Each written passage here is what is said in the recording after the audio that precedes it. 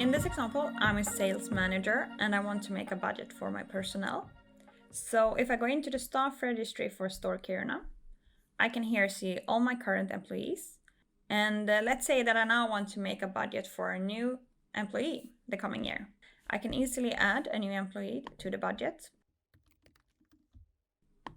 And then I just need to choose which salary types this person will have. Let's say a monthly salary.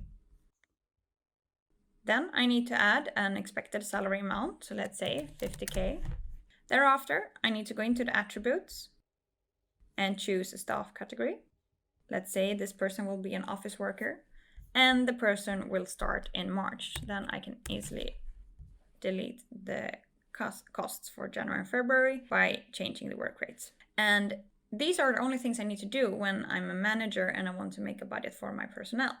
All other costs that are related to salary, such as pension, social fees, etc., they are in this case being handled in a rule framework set up in the HR admin. Even though all those rules are being set up in the HR admin, the sales manager might still want to see the total cost for his employees, and that he can do in the staff cost tab. So here he can see the total cost for all his employees.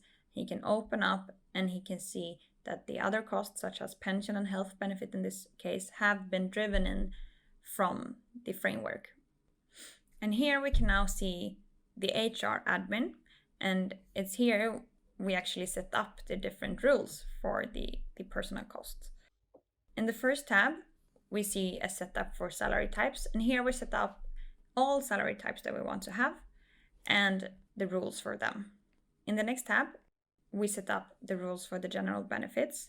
For example, if we want to have a pension cost that is 4.5% up to an amount of 41,000, and then we want to have another pension percentage of 30% from 31,000 and above. And these rules are applicable for the office workers, but then for the store clerks, we want to have a pension of 10% instead. So here you can easily set up your framework. In the next tab, we have standard rates where we can choose, for example, to make a budget for a general salary increase for each staff category.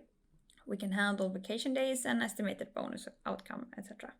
And in the fourth tab, we have an account mapping where we map all costs, such as the monthly salary for office workers should be mapped on the account 70/10 salary costs.